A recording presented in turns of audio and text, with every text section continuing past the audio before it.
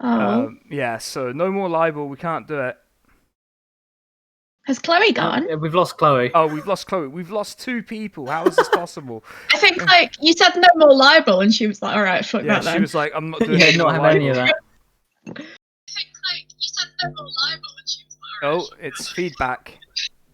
This has gone well. Is Chloe really far away? Chloe is in fact miles away. There it is. Ooh. I mean, I know you are really far away, but like, Turns From your out computer. turning on live streaming upsets my Discord a lot. Oh God. are you drinking a glass of milk? No, In it's honor of Pouring one out for Jack. pouring one out for Jack, who we're gonna shame viciously for not being here on time. I caught you should have missing. thought to go for just for milk in honor of Jack's attendance, or Pouring. not, as the case may be. Wow, one of my favorite chat regulars, Bumotron. Hey, how you doing? We're waiting for Jack still, so you guys get to see the fantastic. I'm seeing F's in the chat already. Yeah, but yeah, okay. But you get to see the fantastic title card for a little bit until Jack appears. But you can all start bombarding us with questions if you want. But in the meantime, we're all gonna slag Jack off until he appears. He's just never on time. It's terrible. It's terrible. Like, why do we even invite him? It's our rule. Should have lied to him. Told him it started at 5. Yeah, I should have told him. Yeah, Mile Carx has probably got the correct idea. By the way, you guys should probably get on the chat if you can on Twitch.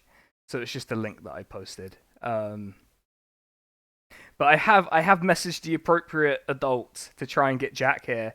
So the adult being Warrior Tifo, hopefully he can summon him. Otherwise, we're gonna just carry on without him.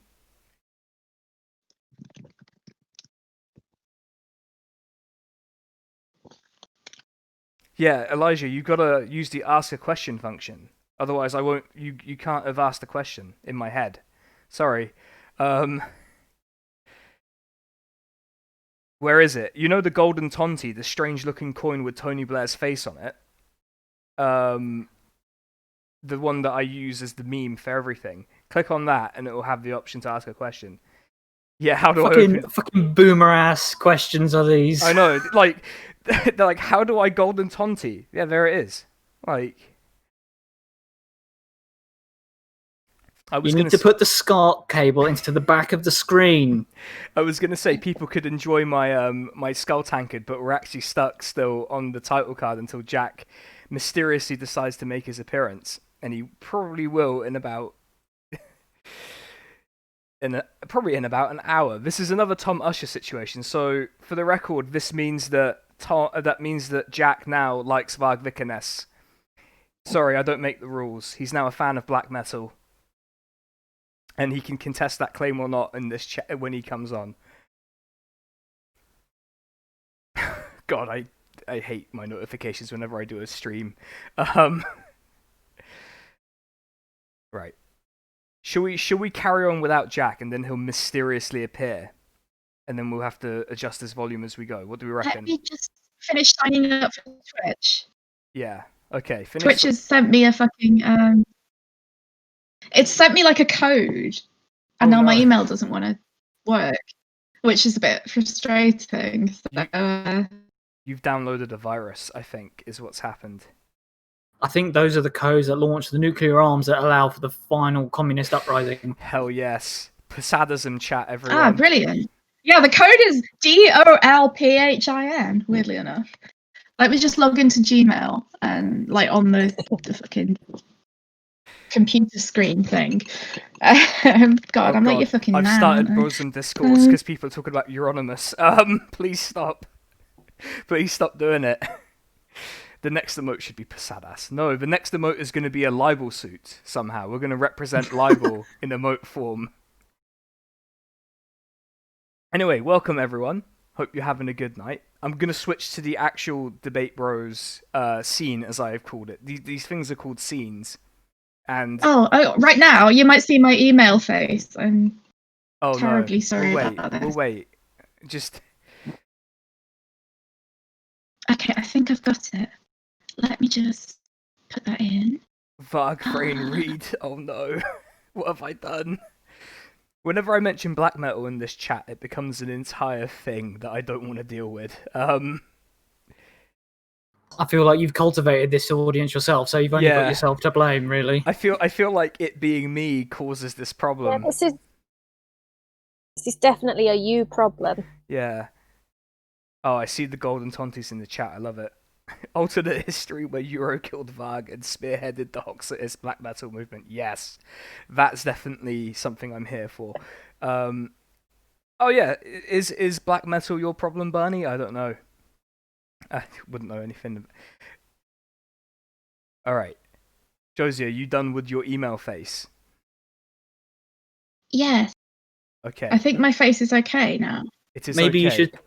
Maybe while you're there, you should send Jack an email. Maybe he'll Yeah. read it. Send Jack an email and be like, get here. Anyway, we're missing Jack because he has decided to be Jack and be late. But I hope you've enjoyed the title card and you're going to enjoy the slightly not ideally clipped capture until Jack gets here. But there you go. You can see the top of my face. And you can submit questions using golden tonties. Anyway, I'll do the general intro because we've done the chit chat, mostly slagging off Jack. So anyway, we've had a nice boring week. I think nothing interesting's happened. So I don't know what we're going to talk about tonight. But it's Keir the first 100 days, at least according to what I've typed. 111 days. I don't even know my own title. That's how well this is going. So I guess we'll talk about Keir. I don't know how you spell it. To be honest, I still don't know how you're meant to spell it. It's Chief Keef, for God's Chief sake. Keef, yeah, there you go, Chief Keef. I before E, everybody knows that. Please do not Photoshop Keir Starmer to look like a Native American chief. Please do not do that. I don't want you to do that. So we're gonna have a very normal, very calm discussion where nothing will go wrong. Except Jack not being here, so something has already gone wrong, I guess. I've kind of seen to that myself. But I'm joined by Alasdair, who's one of the 500 people from podcasting as Praxis. Thank you. Yes, I am part of the Praxis Cast Hive Mind, and I am here to represent our interests. Yes, this is bad. I'm joined by Chloe, whose run for the Momentum NCG I completely destroyed by having her on, and who's on Comradio, who were kind enough to have me as a guest and let me ramble about video games, though she wasn't there for that, so she was spared. And yeah. Hello. Yes, yes. And we have Josie, who's a fantastic writer and an editor with New Socialist, so that's always good fun. Say hi. I think this is your first time on Twitch. And Discord. So there you go. It's all going well. Yeah. Tongan. You're like Bigfoot. Also, I have to thank Zarg, who has subscribed. I think that means I now have enough subscribers to do the next emote, so that's already great. We would have been joined by Jack, but he has decided to sleep or do something that isn't being here. But he will arrive at some point, I'm assured. Otherwise, I'm gonna yell at him, basically, and that's not good. Thank you guys for coming on. And thank you to people who are following. I can see you all following. And also, I'm going to remind the chat that you can use your golden tonties to use the ask a question function, and we'll probably get through that with no libel. No libel. I swear we're not going to do any libel tonight. If any lawyers are listening. And not even a little libel? Like, not. I mean, maybe if we do a soft libel, we could kind of soft libel. Like a soft libel, we'll get away with it. But otherwise, we're just going to be very normally behaved. I'm sure that the chat is 52% in favour of a hard libel. Oh no. If you voted for libel, you voted for no deal libel. That's how it works. But I'm going to take the first question for myself because I'm in charge and I get to do that. So that's the benefit of being me tonight. I'm going to ask you all, what's been the worst moment for Keir as leader, and we'll go in the order that you've appeared on my screen. So we'll start with Chloe, and then we'll work our way around. Ooh, worst moment. I mean, I think Mo probably was the worst moment. And that when you sit on TV and go, well, it's not really a movement, it's more of a moment, but this is just nonsense. That's a pretty bad moment for him. And I mean, I think it probably speaks to how bad it was that one actually got some coverage, with HuffPost and the like. Whereas a lot of the other things that people on the left have got upset with him about haven't had as much coverage beyond left media. There you go. Yeah, to be fair, you've stolen my answer, so now I have to think of a new one. Josie, why don't you go for worst moment that can't be the same moment now, because we need to keep it original. I mean, that's obviously, objectively the worst moment. That's the thing that confirmed that he's objectively the worst man, I think. I don't know. What would I say? I mean, I think just, looking really bored whilst watching a robot deliver some sandwiches today was pretty low. It's I feel like it's like an accelerated Milibandism, yeah? We've kind of gone from triumphant victory to standing in a fucking kid's playground putting racism on a stone in a couple of weeks. Well, 111 days. So, I mean, is it too glib to say it's all the worst moment? It's all been one long moment where it's been terrible. It's true. All right, Alasdair, go for your worst moment, and it can't be the entire thing. Yeah, I think what the moment that really made me just completely sour on whatever sort of any sort of space I gave Keith to actually show himself as to be anything close to left wing was probably around the time that he basically just took his hands off the steering wheel with regards to the trans rights issue, which is somehow an issue.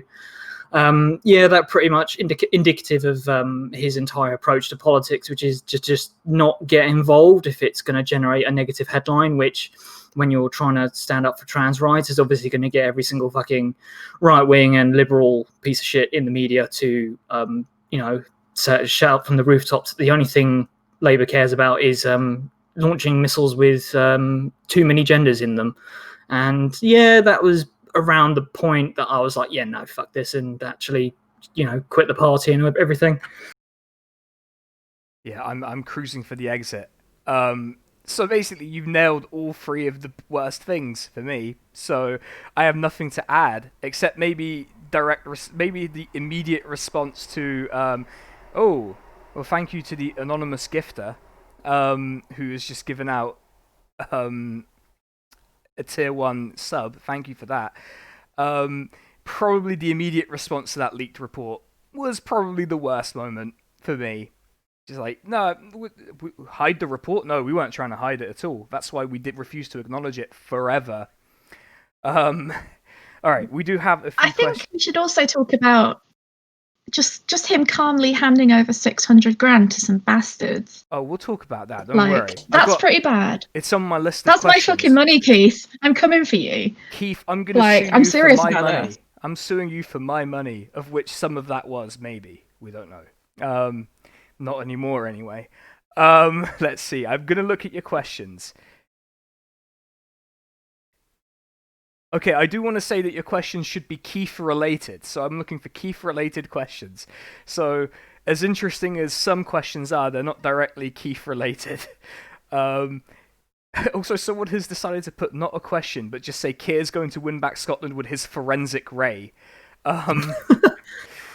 Yeah, I mean, I think that's a pretty interesting point. Really, is the whole the Scottish question, and Elijah in the chat is probably typing up a big wall of text at the moment. But every single, and I think that's sort of the thing that's become pretty apparent to me, at least, is that every single problem that Labour had prior to Corbyn, during Corbyn, after Corbyn, has not been challenged or dealt with, unless you consider, drawing a line underneath all of the anti-Semitism stuff, which big question mark over that. So yeah, how are you going to win back Scotland? Because there's no fucking way that Labour are going to be able to win an outright majority of seats of the whole of the UK in England and Wales alone. Yeah, people have decided to be rude about Keith in the chat, and I can't say I'm surprised. But I'm not saying I agree with any of the questions that have been asked that are very rude, but I might secretly. Okay, we do have one question that I was going to ask later, so I'm going to get back to your question, Zag, because I actually do want to ask that later. But what are your expectations for the next Shadow Cabinet reshuffle? Get ready for the Jess Phillips promotion. Hell yes. Alasdair, what do you think, Jess Phillips? I mean, who's that? Rosie Duffield and that kind of ilk of MP. Yeah, I know, but I mean, let's face it, when she's inevitably going to come back because they are up to the hilt in sticking the knife into Corbyn's legacy. These are the most right-wing of right-wing MPs, and, you know, just Jess Phillips laughing and being happy that Labour, you know, fucked it on in December. Just yeah, you love to see the people that have been wanting to, you know, completely destroy all of your hope for the last 5 years become the people who are going to continue to stamp on the grave that they've pushed you into already. Yeah. Okay, Josie, do you want to take? Well, what do you expect is going to happen to the next Shadow Cabinet reshuffle? How bad is it going to get? Could it get worse? I mean, yes. Actually, this is the fucking motto of, like, fucking Keir Starmer, isn't it? Like, it definitely can get worse. Like, things can only get worse. Way. But, like, I think in the nicest way possible, I don't really care.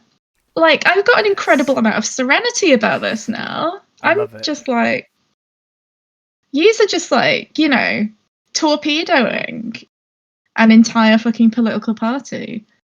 And, you know, probably like political participation in these cursed fucking islands.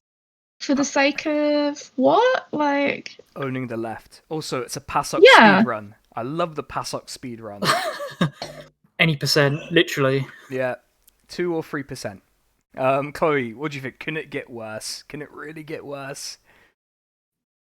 I mean, actually, God, I'm going to be the softest one here, but in terms of Shadow Cabinet appointments, he's not been as bad as I've feared.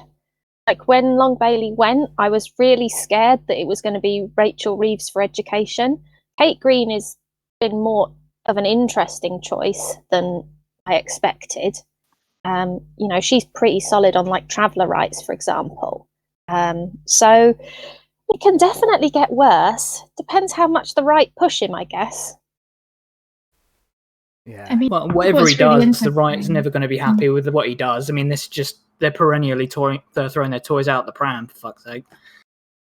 Because it seemed to me with the RLB thing, obviously he and she had decided on a course of action that obviously involved her, like, having to, you know, delete the tweet, apologise, all this kind of stuff. And then it seems quite clear to me that some knobheads from the right were just like, that's not good enough, Keith. That's not good enough at all. You need to go harder. And then he was like, oh, okay. And, like, you know what I mean? Like, I think he's just a big coward. So I actually think, you know, he's going to get pushed further and further on this stuff. Oh, he definitely is. Because he's a big coward. Like, I think coward is pretty much where I'd agree with that 100%. I think it might be a case his of lack being of a coward experience and a goes. lightweight. Oh, sorry, Chloe. Go for it. But it just, you know, he has actually only been an MP for 5 years. And, you know, for all that Corbyn was inexperienced as a leader of the party, and probably would have done better if he'd maybe had some shadow cabinet experience. Certainly, I think it does show when, you know, Starmer's only actually been an MP since 2015. That shows in the decisions that he makes. His decision to try and appease people, and, you know, is ending up as named in a Daily Mail campaign, for goodness sake. That's a political naivety there. Oh, good. I think it's also we've got Tifo in the chat, so that's good. Tell Jack to get on. God damn it. I was just going to say the route that he's actually taken to becoming an MP in the first place is actually quite unusual for the Labour Party. It's usually student Labour becoming a SPAD of some description, or like some kind of advisor, and then or councillor, then advisor, then MP, and he's sort of short-circuited that by being a director of public prosecutions. And so he doesn't even have that sort of growing up sort of background of being in politics. It's just the director of public prosecution stuff. Yeah, it's definitely an experience, right? Because he's leaning on people who have more experience, who all happen to be very right-wing, so all these weirdly right-wing decisions keep getting made. It's very strange. I can't quite figure out how this keeps happening, guys. I'm completely confused. I'm gonna be a Guardian columnist, be like, I don't understand how this works, even though I've just tried to explain it. I'm not. Although the Guardian did post one good thing today, which was Jace's article, so that's always nice. All right, I'm gonna try and catch up with your questions real quick. God, do you think someone in the Labour media team is desaturating his skin tone in photos / videos now in response to the hand posting? They are doing that. They're 100% doing that, by the way. Because he looks very pale in all the pictures now. It's fantastic. We were talking he looked about like this. a fucking corpse today in that sandwich bot video. Like, he looked like he was dead. Maybe he is. Like, he looked like he was made of wax. Yesterday, where he was blue, that was quite weird. Weekend at Keir's, everyone. He's blue Starmer. I think one of the interesting things that makes me think of is, me and Sinan were talking about this. Was it yesterday where we were talking about how, the shitpost left on Twitter is still, even though we have literally no power whatsoever, are still pissing off every single Blairite in the fucking Labour Party. And it's just indicative of the pettiness within like the clique that's now in charge, and it just makes me laugh. Like, us lot of non-blue tick peasants are riling up the elite, like middle class managerial shits that are just still stamping down on our collective graves. I kind of enjoy this question, which is, do you think Keith will get cooed by the right, and if so, when? The answer is yes, absolutely, because they can't help themselves. When is probably 2022. I'm putting that official prediction down for you all. But we'll go from Chloe and then back round. Bad council results. That's always a thing. They wait for an excuse in actual results. It's the same thing as when they were disappointed that Corbyn didn't do quite as badly as they hoped. Like, they've been gearing up for the 2016 coup for a while. There's definitely going to be we run everything in 2021, and it's going to be a huge load of stuff because there's all the stuff that was delayed from this year and the stuff that's scheduled to happen next year. So there's going to be a lot of council seats going. There's obviously going to be Mayor of London going. I think some of the other mayor ones are up for grabs as well. So there'll be a huge number of seats. If he doesn't outperform, then that'll be the moment. Next year. Oh, you're going for next year. All right, Josie, you go. When's his time up? When is it happening? As soon as it becomes apparent, either that he's sufficiently weak or that he's not as pliable as they think he is. So what I think they're trying to do here, I think they think that Starmer is their Kinnock. And you have to go through Kinnock to get to Blair. It's like this weird kind of fucking like Blairite Hegelianism. Like, you have to do things in this weird order.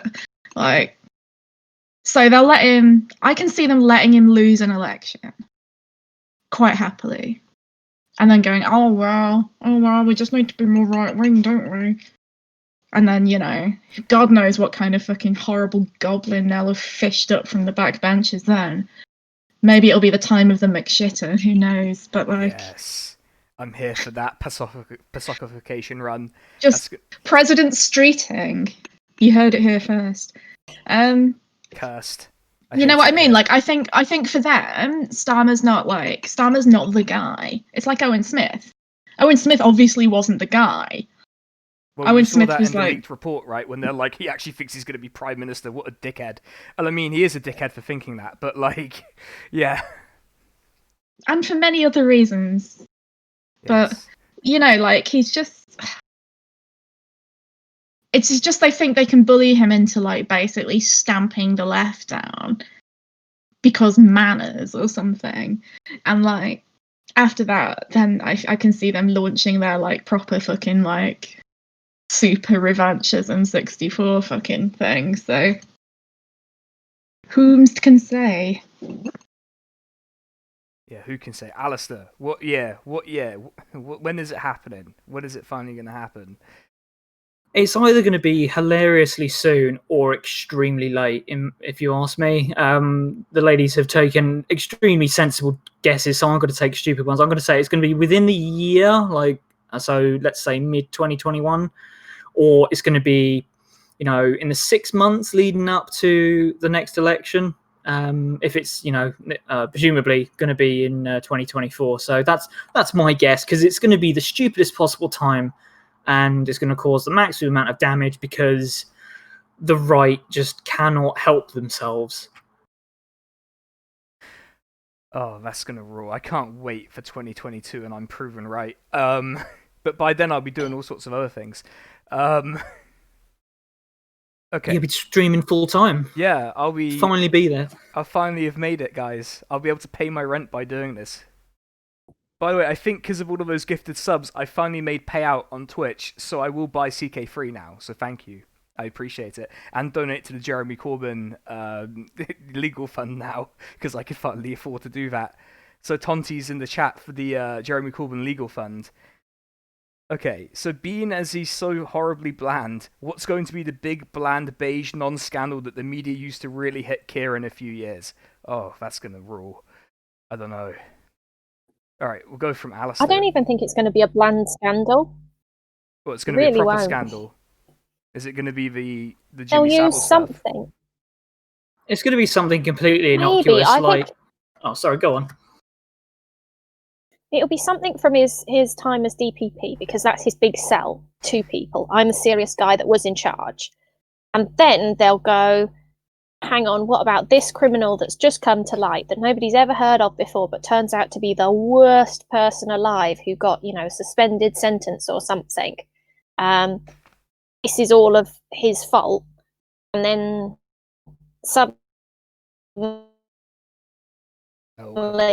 as well be the criminal yourself, but you've also destroyed his big selling point of I'm the big lawyer man. It's not even a very good lawyer man based on this week. Right, we'll go to Josie real quick, and then we'll go to Alasdair. Oh, God. I can't see there being a scandal. I can't see Keith being involved in a scandal. I think they'll try and confect something around the DPP stuff. But I can imagine it not even really being scandalous. Like, I can imagine them pulling some shit up that, like, obviously they didn't care about at the time because it's convenient.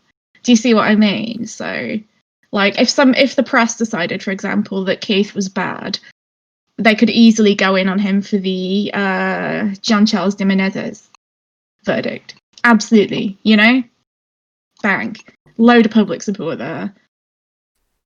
I think the interesting... They don't care about it, do they? Like, they don't care about that. Like, it's basically like if he seems to be moving too far to the left, they've got all this stuff that they can kind of like riffle through and use on him. Or they'll just dig up like, oh, that like week when he was in a fucking Trotskyist party in the 80s or some shit. Like, all right, Alasdair, go for it. I think we're already starting to see some of this actually on like the periphery of politics, in the sense that there are being that the ley line through which the entirety of politics is done in this country, Facebook, we're already starting to see Keir Starmer was best mates with Jimmy Savile and helped him get away with all of the crimes that he did. And obviously it's utter nonsense, but it doesn't matter, just like it didn't matter whether Jeremy Corbyn was anti-racist or not. It did not have any matter whatsoever. All that mattered was it was, as has been said before, one of his strengths of being the director of public prosecutions, being, like a big tick on the CV and, credentialism and all that, being turned against him, just like Corbyn's anti-racism was turned against him, then becomes a huge liability. And yeah, I think we're already starting to see that. Well, I'm just trying to explain who you are, Alasdair, because that's come up in the chat. People are like, who the hell is this guy talking? I just said, yeah. I can do a quick introduction if you like. I'm at SA_Balastari on Twitter. I am one of the myriad hosts of the Podcasting is Praxis podcast. You can follow them on at PraxisCast on Twitter. We do all kinds of stuff on our podcast, like culture, news, all sorts. We're extremely derivative, but also we're a collectivist podcast. There you go. So now you know who he is. So stop asking that because it's very rude. I'm just kidding. I don't even really know who he is, and he's on this chat. So, right. Here's a good one. Here's an interesting one. Will Keith eventually lose the support of his soft left base? Guys, you can't keep calling him Keith in the questions. I'm going to look really bad, like I'm unprofessional or something. Alasdair, we'll go back from you, back up. You've completely caught me on a flat foot because I've been too busy reading the chat. What was the question, sorry? It was, will Keith eventually lose the support of his soft left base? I would say probably not, because, depending on what your definition of the phrase soft left is, that includes, the majority of that electorate, which is Guardian columnists. So I don't think they're ever going to become, unenamored with the nice haircut, the good fitting suit or whatever. I think that because that's the fever dream of the professional managerial class. So it wouldn't surprise me if they sort of do reverse Corbyn, where it's like they quite strongly support him, but we, just because we're fair and balanced journalists, we're going to be a little bit critical of him and the shortcomings that he has. Whereas it was sort of the inverse with Corbyn. So I think we're going to see, like we sort of said, there's going to be the right wingers who are going to become completely obsessed with destroying him because of some perceivable or imperceptible slight that he's committed against them, whether it be not pliable enough or whatever. Yeah. Okay, Josie, do you want to take, will he ever lose that soft left base, the most annoying people on Twitter? As not as long as they think there's a career in it for them. That's my answer. That's probably about right, to be honest. Chloe, do you want to go for it? Because you're the softest person here, so you'll be the nicest to everyone. I am. Well, I actually think there's something to remember, is that a lot of the soft left, especially the Twitter soft left, like policy. Like they really do like policy stuff and like knowing policy details. I do think if some policies don't come through, same as they got turned off from Owen Smith and didn't keep on backing him as somebody that they liked, and he didn't follow through for them, but that they've liked Ed Miliband particularly because with his podcast he's gone on, here are interesting policy ideas, then I think there's potential that they could go off him. Maybe they might still be reluctant supporters. There's definitely a contingent of the soft left that would not be keen if the policy platform is not what they're looking for. That's an interesting... Full turf. If he goes full turf, he could lose quite a lot of them. He's not far off. Because, so that's something to watch out for. But then I think there'd still be the kind of diehards who are kind of sort of like, they're not even really soft left. They use the soft left to give themselves left cover whilst being horrible listeners. Yeah, the ones who are definitely not at all remotely left wing, but like owning the left constantly. They'll support him because he owned the left. Yeah. Oh, there. Here you go. Is there any point in the left attempting to exert pressure on Keith from within the parties, or should all our efforts now be focused outside Labour? I'm going to tell you now, contrary to what I'm gonna attack myself from about a month ago. He was an idiot. Don't bother with the party. Do literally anything else. Join UKIP. For real, join UKIP. That would be more productive than being in the Labour Party at this point. Like, for real, just join UKIP. Do UKIP entryism. Who cares? Who the hell cares? Honestly. So this time I'll go from Chloe, and we'll go around. Well, obviously, as a Labour councillor, I think it's very worthwhile exerting pressure from the left. Yeah, I think it depends. If you're committed to being within the party, then it's worth actually making an effort within the party. If you're not staying in, then yeah, literally anything else. But if you are in, don't just sit in paying your subs and doing very little. I mean, you don't have to show up to every branch meeting or whatever, but make sure you're making Oh, have we lost? decisions, whether it's executive committees, that kind of thing. If you're in, participate and try and put your pressure on, because God knows he's going to have a shed load of pressure from the centre and the right. So you need to make sure that you're heard if you're staying in the party. There you go. Josie, is there any point to trying to put pressure on him? Say, I've been thinking about this quite a lot. It depends what's meant by pressure, yeah? So, and it depends where we kind of envisage that pressure going.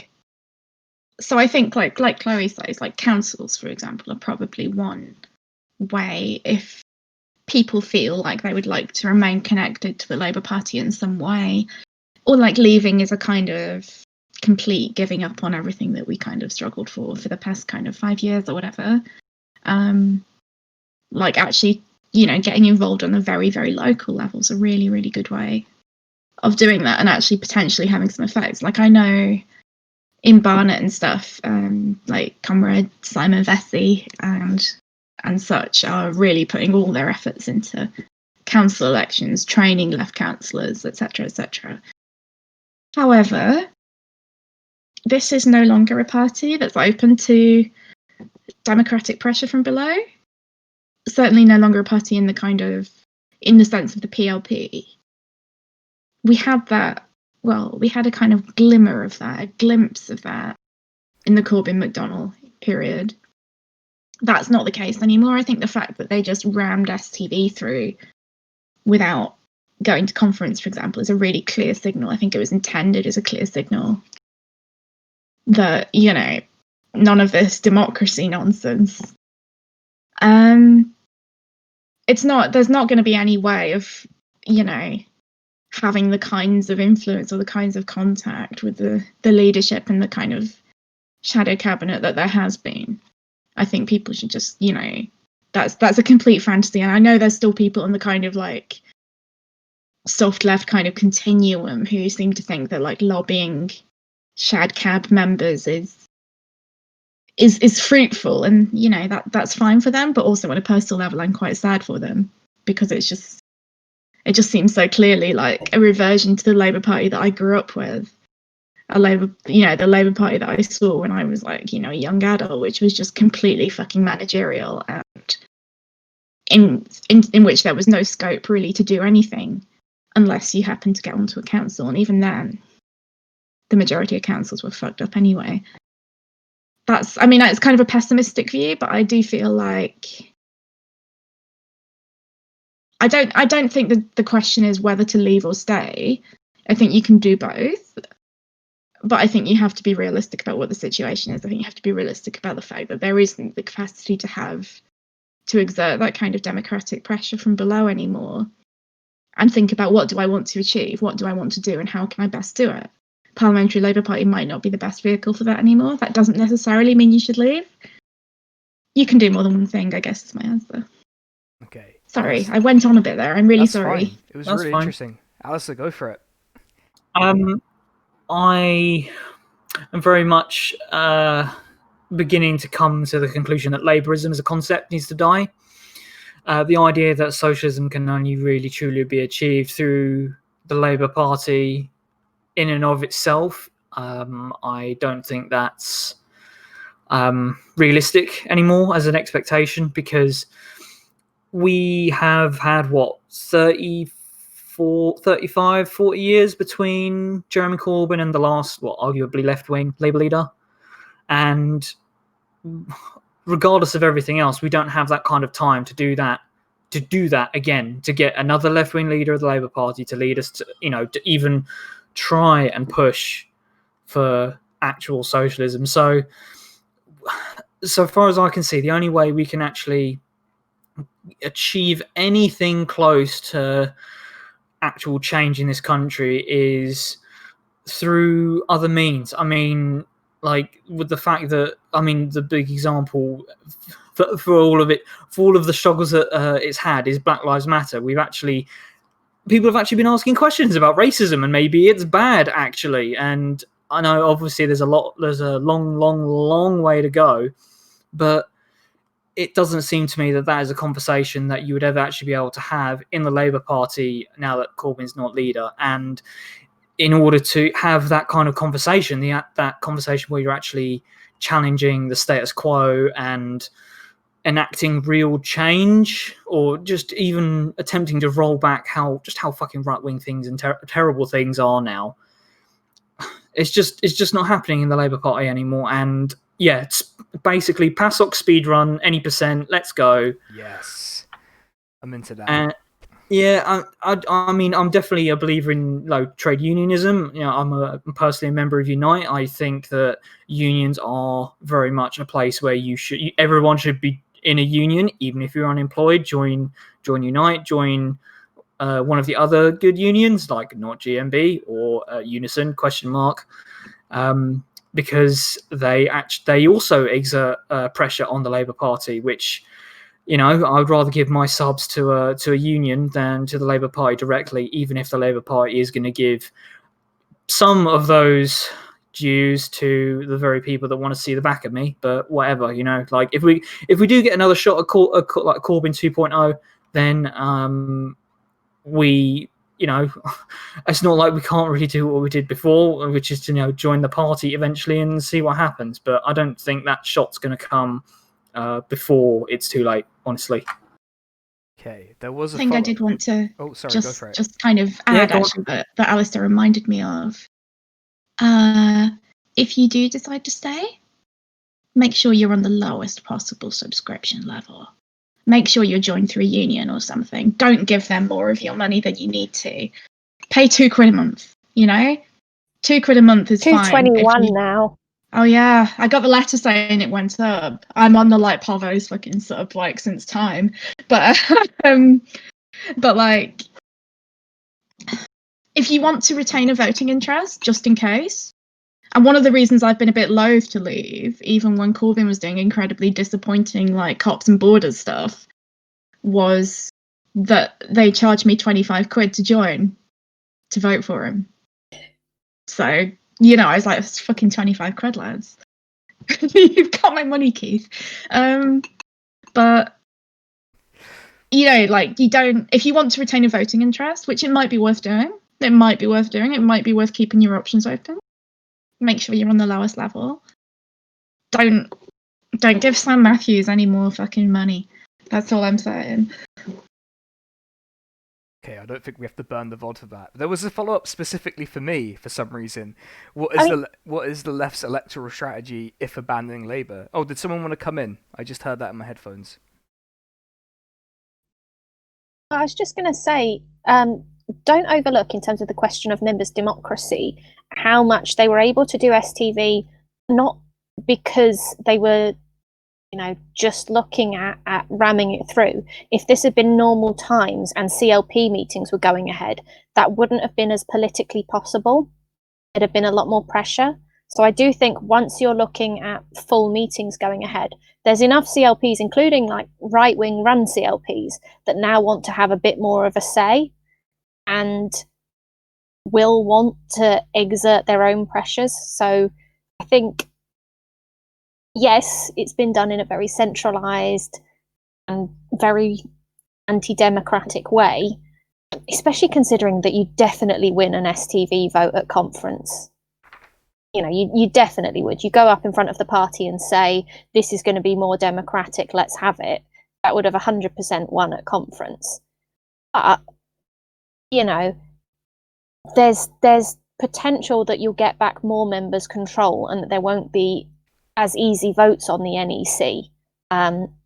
if the CLPs are back up and running again and kind of normal services resumed. Okay. I was going to say, so that follow-up question that was addressed to me, that's an entirely different stream where I'm going to explain that. Josie's going to be back and we're going to explain that, like what next. But the TLDR is, if you were going to do this, I'm not saying you should do this, you should target low turnout contests such as council elections and have an organization that helps people do that, perhaps, and then you can build an electoral base that way and use the legitimacy of those positions to your advantage. I'm just saying, if you were going to do it, that's how you'd do it. If I did it, that's what I would do.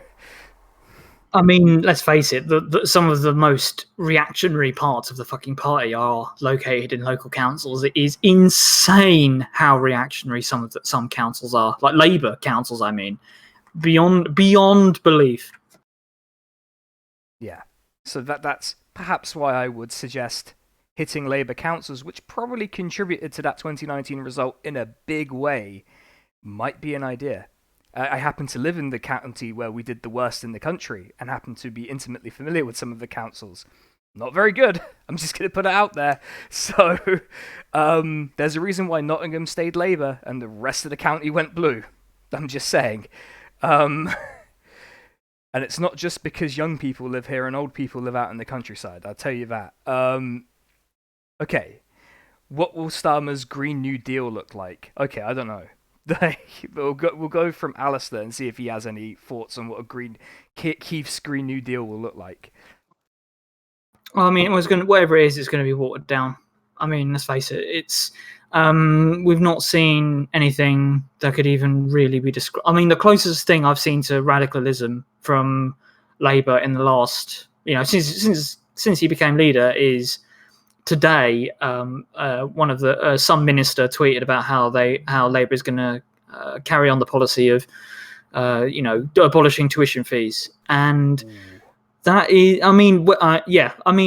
okay, fine, but at the same time, I do not think that is anywhere near the same level of radicalism as would be required to get anything close to a Green New Deal or a Green Industrial Revolution, whatever you want to call it, like enacted, or even just put in manifesto, because the way I see it, just from Starmer's behaviour and the way he's led the party, it is going to hemorrhage a lot of the membership base.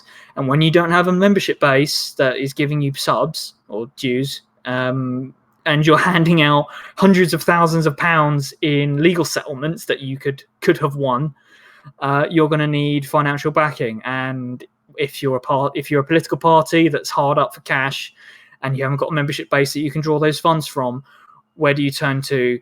You turn to industry, you turn to capitalists, you turn to polluting capitalists, and that's where donations are going to be coming from inevitably. It's just assuming the membership base does shrink, which I don't think it's controversial to say is a strong possibility, then any sort of semblance of a Green New Deal is going to be massively watered down if that is the reality.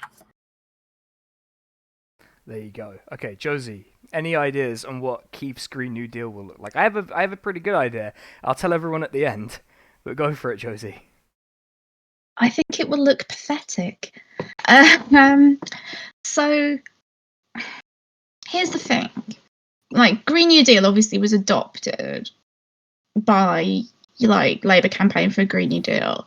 They borrowed the terminology from AOC. New Deal obviously has this whole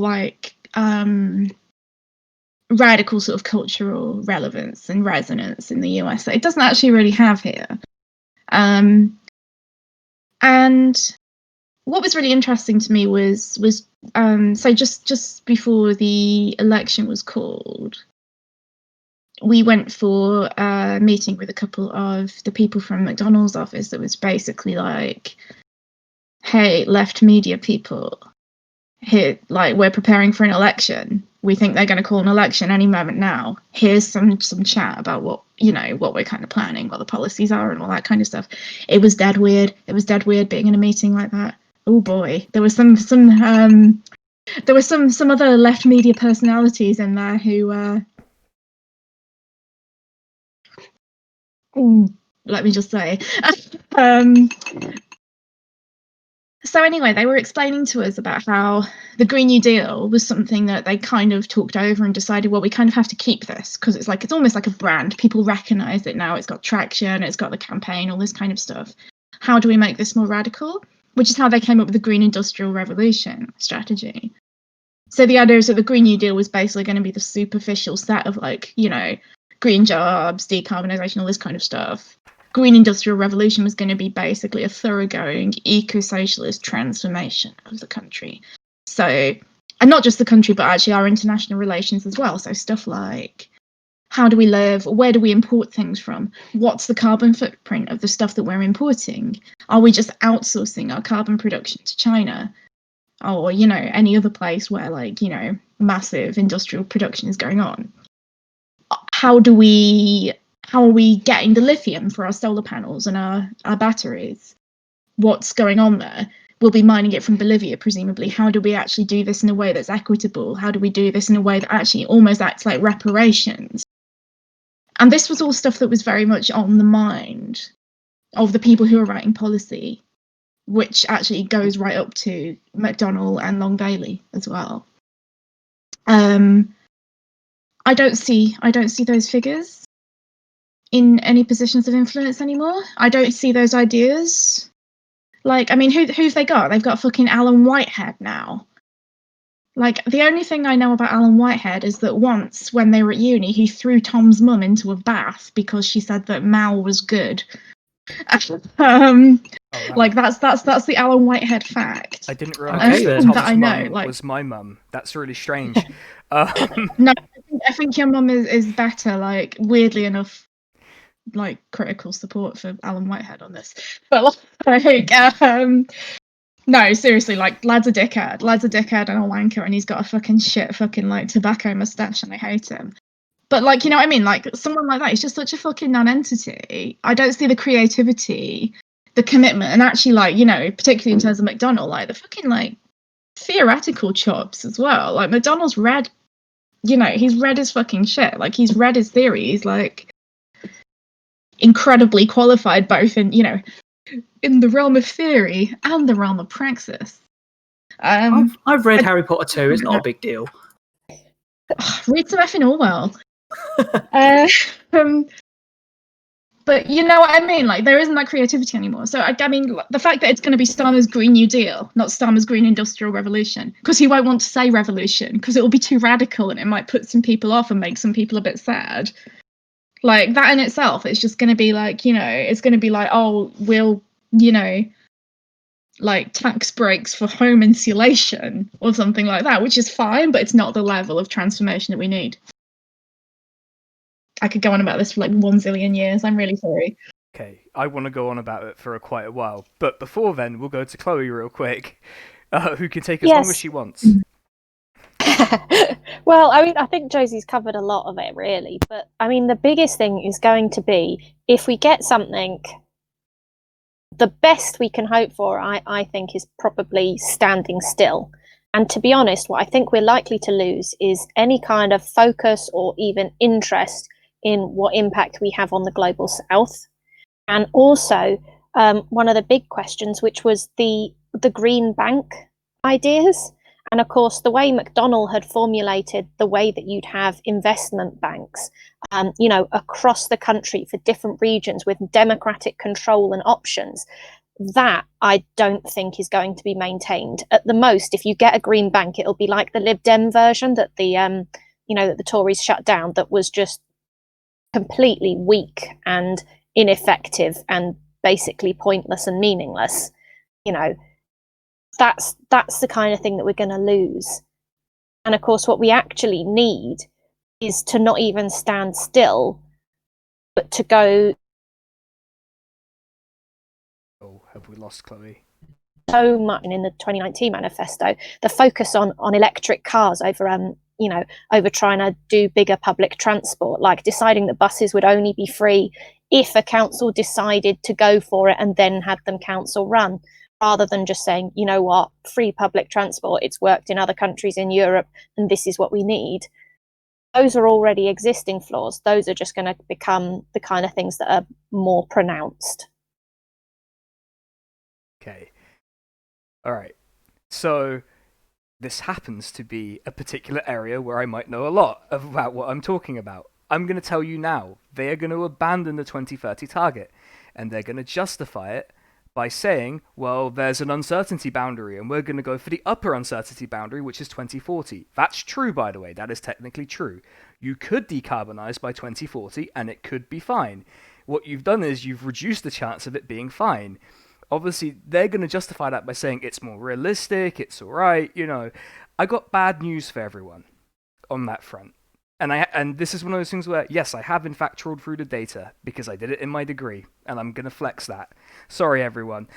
Physicists and atmospheric physicists and climate scientists have consistently underestimated the impact and speed of climate change. So what we should have been doing is aiming for the lower boundary, which would have put us at around 2025. We weren't even doing that before. Got bad news, it's fucked. Sorry if you don't want to hear that. The time to have actually started fixing this problem was probably around 1997. And we didn't start then. So the bad news for you all is you're probably going to require an even more radical program in 2024. We're not going to get it. It's not going to happen. I got bad news, it's not happening. So we do not have time, as Alasdair said, we don't have time to faff around with all of this nonsense. And you can tell this is the direction that Starmer's going to go in, because all of his Twitter councillor mates, like John Burke, or whatever his name is, the dickhead in Hackney, is saying, oh no, you should remember that there's a confidence boundary. Yes, there's a confidence boundary, but every single atmospheric scientist has said the upper bound is completely fucked. You can't do it. The best case scenario is off the table.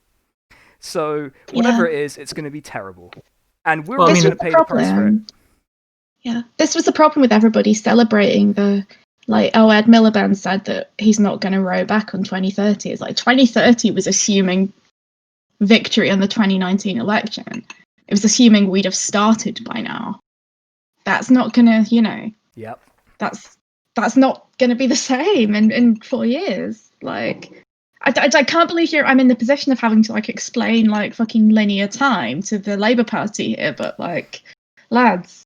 It's 1997 forever. It's fine. Stop going on about it. Yeah. This is it. This is literally what they think. I think we've figured it out, haven't we? Well, I mean, that's the exact same coalition that they think that Keir Starmer's going to have, isn't it? Just the same exact political landscape as there was in 97. I got really bad news for you about the 1997 electoral coalition. It's mostly dead. Literally, yeah, exactly. Literally dead. I'm not just saying that to be dramatic. It is literally dead. Like, it ain't happening, lads. Like, please. We do actually have an interesting question. It's not really Keith related, but it is interesting, and I want to see what people think of it. What about Angela Rayner? What maneuvers do people think she's on? The answer is none. She's a scab. She's going to be in that deputy position hanging out with him. Sorry, though it's not a popular answer, but that's what's happening.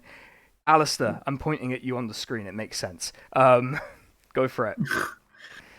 I mean, by the sounds of it, she's from what I've seen and read, she's extremely ambitious. She does want to, by the sounds of it, she wants to be leader of the party and then prime minister. But yeah, like as has just been said, utter scab. No sort of, compared to her former, I think they formerly lived together. I don't know if they still do. Rebecca Long Bailey, like her links to the unions are, yeah, they do exist, but like not in the same actual trying to make things better for workers kind of way, in more kind of the, hey, I'm mates with the top people at whatever union and that's the way I like it, fuck the members, really.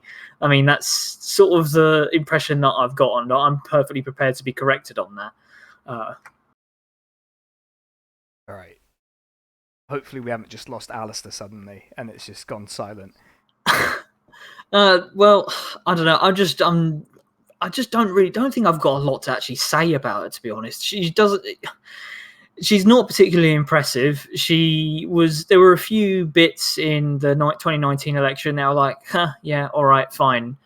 But I think that's probably the most remarkable thing about her.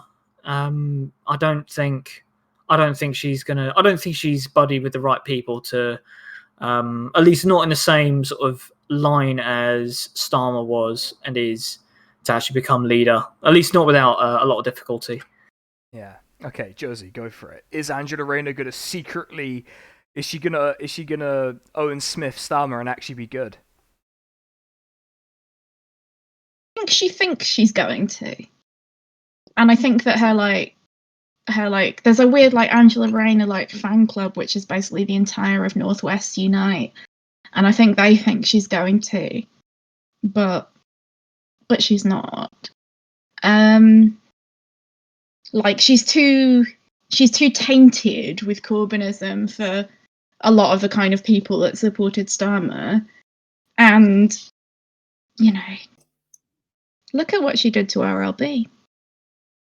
That was her flatmate. They were supposed to be on a joint ticket, and she basically colluded in her being sacked for something that very much was not a fucking sackable offence. However we might want to read it. Well, I mean that, and he didn't sack someone who did something demonstrably worse. So that's an interesting, Indeed. Very strange. I think Rayner's doesn't really have any kind of integrity, and I think she's probably burned quite a lot of bridges with the campaign group. And she's a big cheese in the Northwest, and I reckon I feel like she's just a kind of Tom Watson redux in a way, yeah? Tom Watson obviously always saw himself as leader. Obviously always saw himself as a big statesman. Lol. But, obviously Tom Watson was never going to become leader. I feel the same about Rayner. She's a pretty engaging media performer, but she's not actually left-wing. And I think people really need to be, pretty clear about that. She's not right wing. She's just kind of a bit of a tedious machine politician. I mean, she's done all that stuff in The Spectator, but I don't think she's full on Labour right, fucking headbanger like some of them. Who knows? But actually, to be honest, doing stuff in The Spectator should fucking disqualify you anyway. They'll probably send her a pair of calipers or something. I'm sure they'll turn up eventually. Oh, the complimentary engraved calipers that you get if you write for Spectator. Free membership to the Free Speech Union, of which I'm not a member, strangely. Chloe, go for it. Is Rayner? You're the softest and the most interesting. Sorry, the other two.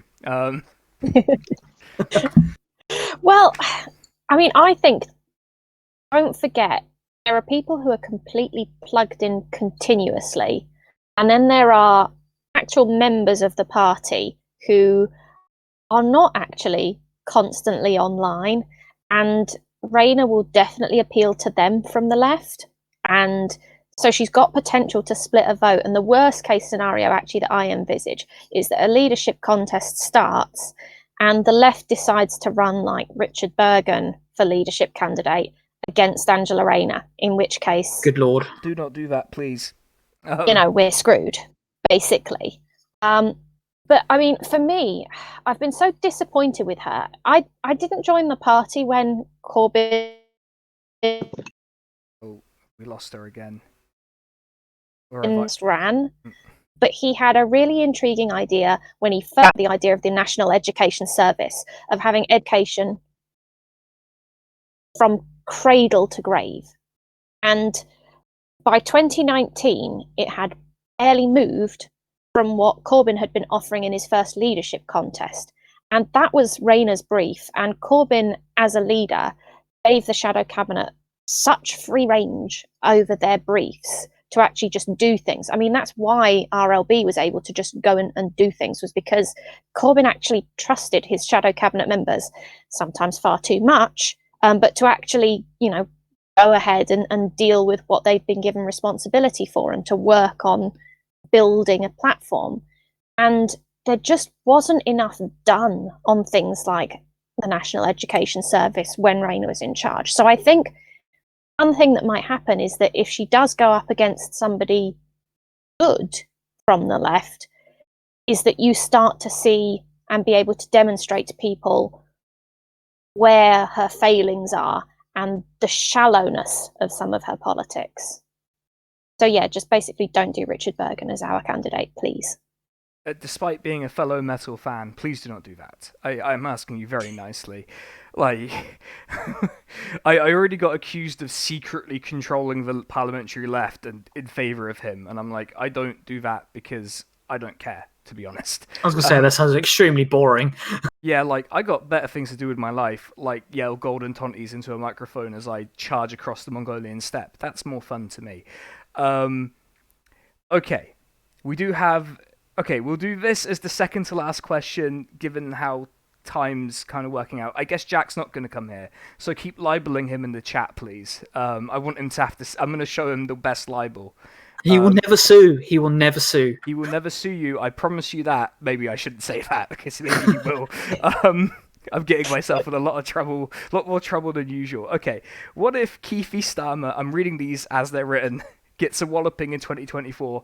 How can we be so sure that a younger socialist leader might not have a shot? I'm going to tell you, they're going to rig everything to prevent it from happening. That's going to be the project until 2024. They're not going to bother with policy. They're just going to rig it internally, and still it can't happen. There you go. I solved it. Unless anyone wants to add anything. Chloe, anything to add to that? I mean, it does depend what the Socialist Campaign Group decide to do in terms of actually getting their act together, but they should be promoting Bell and Zara now. And Nadia too, I think, although I think even then, just given her actual age, she'd be harder to sell. But Bell for definite, she's got experience working in Diane's office. She'd be committed to being pro-immigration, which would be just a joy. That's what they should be doing right now. They should be getting candidates lined up. I mean, I know there were discussions. CLPD have already apparently been having discussions about, yes, we should definitely run a leadership challenge. And the point was then made to them that you're once again in the same position as you were in 2015 of who's the candidate. And this time, there isn't going to be somebody going, oh, all right, I guess it's my turn, because they're all aware that you actually might win this time. So it's going to have to be someone who wants it. And that means you actually need to have a look at your new members now. I think one of the most interesting things about what you just said is that before Corbyn threw his hat formally into the ring, he told his advisors, I better not fucking win. Wow. Boy, do I feel that right now. Yeah. I mean, please don't. It's just going to be me. I'm not going to lie. I'm going to rise out of somewhere and just challenge Keir to a one-on-one combat. And then it might or might not end in a blood eagle. You can't sue me for that. I said it might not end in it. Josie, please. Josie, go for it. What am I going for? Right, how can we be so sure that a younger socialist leader might not have a shot in 2024, assuming Keith gets owned, as I suspect he will?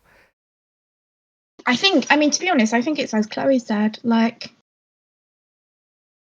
if the SDG sorts itself out, then I can see a potential, like a couple of potentials, yeah? Like, but that requires people actually fucking, like, number one, getting their act together and kind of putting a fucking like sort of campaign together, almost deciding this is the candidate.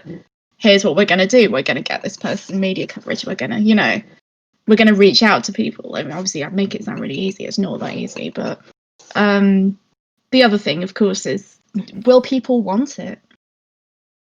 Like, I wouldn't. Look at what Corbyn's gone through. Look at what he's still going through. Would anybody want to sign themselves up to that? I mean, I hate myself, so yes. Just putting it out there. Can't wait. If that happened to me, it'd be great, because my parents would immediately be on the front pages. Like, secret communist parents. They're not really lying about it, but, you know. Here we go. We've got our young socialist candidate. There you go. It's there we me. go. You heard It's it here first, happening. lads. Yeah. Except maybe not. Anyway, well, that's another stream. All right. Alasdair, go for it. How are we so sure there's no chance? Well, I mean, the question... Tony Benn famously said there is no final defeat. there is no final victory. You just have to keep going, to paraphrase. But the problem is we have something of a hard time limit. If things were different, then yeah, I mean, I would say that there is definitely the argument to be made that people like Zara Sultana, I would say that she would be leadership material probably 2 election cycles from now. I'm really impressed by her already. She's one of the a few people who impressed me within the Labour Party, but again, at the same time, the amount of fucking dead wood and people actively working against anyone to the left of the current leadership is just such an obstacle to overcome, particularly within the time frame that we've got allotted to us, which charitably can be described as 20 years, 25 years, maybe at best. So it's just such a difficult question, because you've got so many sort of parameters that you've got to consider that it just becomes a question of overcoming the barrier of climate change requiring more radical solutions the closer you get to climate oblivion. And as that radicalism becomes more and more necessary, it's going to become harder and harder to implement as people fight harder and harder against it. We're already seeing eco-fascism. We're already seeing we've already seen what happens when left-wing voices are offering what could, to varying degrees, be described as eco-socialism and actual, tackling the fossil fuel industry, have been, crushed for until when? Until someone does another Corbyn. And as I said earlier, how long did it take to get to Corbyn? A long time. Do we have that time? Probably not, is my guess. But I've called every election wrong, so I wouldn't take my word. I would take it with a huge pinch of salt. Okay, I'm just gonna anyway. I'll abandon the joke I was typing for the chat because it wasn't gonna land. So I get to ask the final question because I'm in charge. Is the point, chat? That's how it works. I'm in charge. We're going to talk about the thing that obviously everyone wants us to talk about, settling with the whistleblowers, as I am required by law to refer to them. I'm going to let the guests run wild on the whistleblowers if they wish, provided they don't libel anyone and don't land me in legal trouble. What do you make of the decision to settle with the whistleblowers? Alasdair, go. Tell us. LMAO. Is that it? I mean, seriously, what the lawyer has decided to settle a case that he could have won, and whether performatively or just through sheer idiocy, is pulling a shocked Pikachu face that he is going to be receiving more people claiming, suing the Labour Party, and just like, my dude, for real. I mean. Just LOL, for real. I almost choked because of the combination of Alasdair and the chat there. Just Josie, all right, I know you want to talk about it, so go for it. Let Chloe go first, because I feel like I always end up gabbing loads, and then Chloe doesn't have time to say anything. So can I? Yes, that's very kind of you, Chloe. Would you like to, as the most sensible person here, please talk sense to us all? Oh God, I'm sensible left now. Well, I mean, actually, this is the kind of decision that the sensible left makes, and I think speaks to what I said earlier about Starmer's political naivety. He's done this thinking it'll draw a line and that it'll be politically successful, and to a certain extent, you can see it in terms of the responses that you get from a lot of the press of, Starmer's really showing his nature and we can trust him, and look, he's actually being fair to whistleblowers and blah blah blah. But of course, the thing with settling a legal case is it sets and in this case not a legal one, but a precedent of behaviour that he then think, let's go, let's gear up. So it's an absolutely foolish decision to make a political decision when you're dealing with a legal case that's going to have further political ramifications beyond this week's news. And it won't draw a line, it won't end things. That's absolutely inevitable, that this is going to keep on running. And there's going to be way more, cases, but also the press will continue with the Labour's anti-Semitism crisis because of people being angry about it being settled. It's the kind of decision where you think you're being strategic and you're really not. Yeah. I'm just going to say there is a term called ambulance chasers related to this sort of thing that might have been relevant to look up. I'm just saying. Josie, go for it. I think he's right. I think from the Starmer point of view, I actually think he was just genuinely trying to be decent, trying to be like, hey, I hear you, you're valid to these people.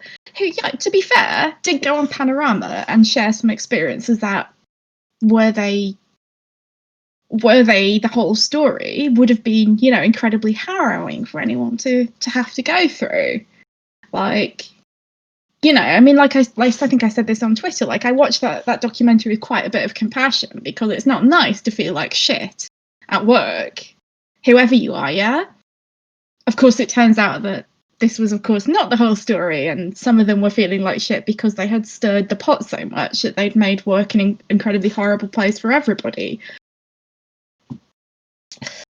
Not, regardless of that, I understand the gesture. I think there were certain people advising Keith who just want to troll the left, basically. And I also think they know that if they troll the left, they will get a really, really angry response. We're pretty good at being trolled, yeah? We're pretty good at taking the bait. And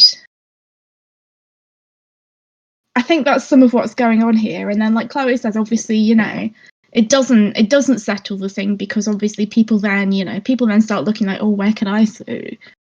And then people lash out angrily because they feel betrayed at this very controversial decision. And as we all know, there's a certain sector of incredibly impassioned Corbyn supporters who do not say good things when they're angry and when they feel like the anti-Semitism stuff has gone a bit far. They do not speak from their best selves, let's say. I'm currently doing that in the chat. Sorry, I'm illustrating the point as I am. What, being anti-Semitic? No, I'm no, I'm demonstrating that Hell I'm of a not thing my to best admit, self. then I go. I'm not being my best self. But do you know what I mean? I guess I don't know what I mean. I guess I believe. I think Keith is basically a well-meaning but just idiotic, bumbling kind of person. But I think certain people around him are probably trying to troll the left. I think. I've just realised he's our Boris Johnson. Yeah. Yeah. 100%. Oh, I mean, this is the thing, right? Other. This was a decision that was taken with PMQs in mind. Because then he can go and be like, Labour's under new management. And oh god, don't. I'm gonna oh look, we even paid out fucking the thick end of a fucking £1 million to prove it. It's about drawing a line so that you can kind of partake in this kind of media fucking performance that these people think constitutes the entirety of politics. It's a fucked up decision. Everyone's right to be angry about it. I'm fucking angry about it. I think we need to be really careful not to let them troll us over it. Yeah, it was. Do you see what I mean? Yeah, it was interesting to respond to it, certainly in certain ways, but maybe a bit less of it. I will point out that someone did, I forget who, put out a fantastic tweet where they said it looks like payment for services at this point. It to some of them, given what we know about it. And while I will not say that I believe that, I think that's an interesting point of view about what this looks like to some people, and so maybe people are angry about that. Who can say? Yeah, as Sam points out in the chat, telling people to fuck off is cathartic at this point. But I hope this was cathartic in its own way, where we just kind of bitched about Keith for a solid hour and 20 minutes. But sadly, Jack didn't join us, so I'm gonna have to call his manager, Wario Tifo, and complain. Which means sadly I have to cut my hair short. I'm sorry, everyone. It's got to happen. I can't do it with this hair. This is not the hair of a man who calls the manager. I'm sorry. You're gonna have to change your surname to Karen. Yeah. Oh no. That's definitely going to be a Crusader Kings stream where we do the Jess Phillips Karen dynasty. Don't worry. We'll get to her time. Will come, everyone. Don't worry. We're going to do that stream. But I'm going to thank everyone who's come on, who did make it. And I'm going to let you all sign off and plug whatever it is you want, because we'll probably have a new audience at this point, an entirely recycled audience. So, Chloe, what would you like to plug to everyone?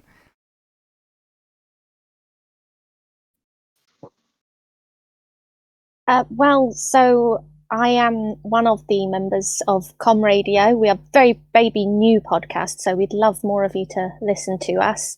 You can find us on Podbean, on Stitcher, on Apple Podcasts. We've been diversifying, but yeah, would be great if you want to listen to us. This week we've been chatting about space and free speech, so you can hear me go on a rant about how we can't let the right steal free speech.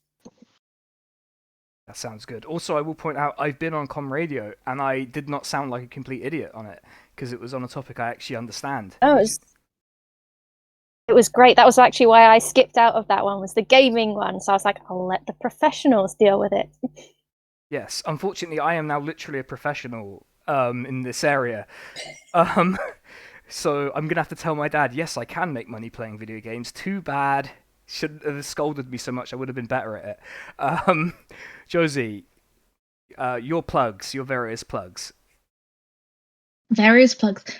Before I say anything, thank you for listening to me and letting me and you and everyone in the chat and all that. Thanks so much. It's been lovely. And I'm grateful for your patience. I talk too much. Plugs. New Socialist. Read New Socialist. Read New Socialist. It's good. It's good. It's very good. We publish good stuff. Follow Tom Gann on Twitter. That's my plug.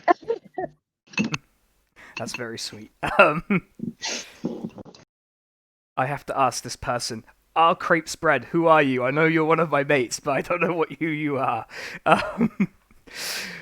Also, So this is an open and shut question, isn't it? The answer is yes, of course. In honor of my good friend who is still in the... and not a mate. Oh no. I've completely misjudged who I thought this was. Not K.A. Okay, Alasdair, go. Do your plugs.